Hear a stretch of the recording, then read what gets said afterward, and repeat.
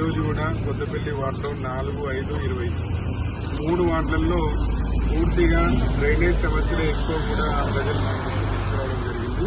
ప్రస్తుతానికి వేసవికాలం బలమైన రోజులు కనుక ఎక్కడైతే పాత డ్రైన్లు కానీ కచ్చా కాలువలు కొట్టేవి ఉన్నా కూడా ఈ 15-20 రోజులలో ప్రజాపాలన కార్యక్రమం పూర్తయ్యే లోపు అన్ని డ్రైనేజీలన్నీ కంప్లీట్ చేస్తూ సకాలంలో తొందరలోనే వర్షాకాలం వచ్చే పరిస్థితి.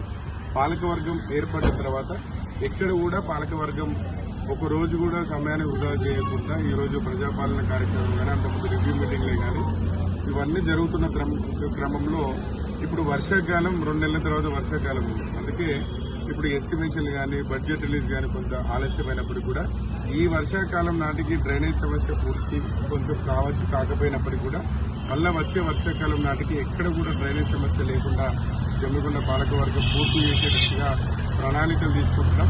ప్రజలకు ఎక్కడ సమస్యలు చేసినా కొన్ని పనులను అప్పటికప్పుడే పనులని సత్వరంగా పరిష్కరిస్తూ మరికొన్ని కార్యక్రమాలని ప్రజాపాలన కార్యక్రమంలో భాగంగా 99 రోజులను పూర్తి చేయడానికి అన్ని అధికారులతోటి ఏఈ గారు కానీ టీపీఎస్ గారు కానీ కమిషనర్ గారు కానీ అందుబాటులో ఉండి ప్రతి అంశాన్ని కూడా తీసుకోవడం జరుగుతుంది.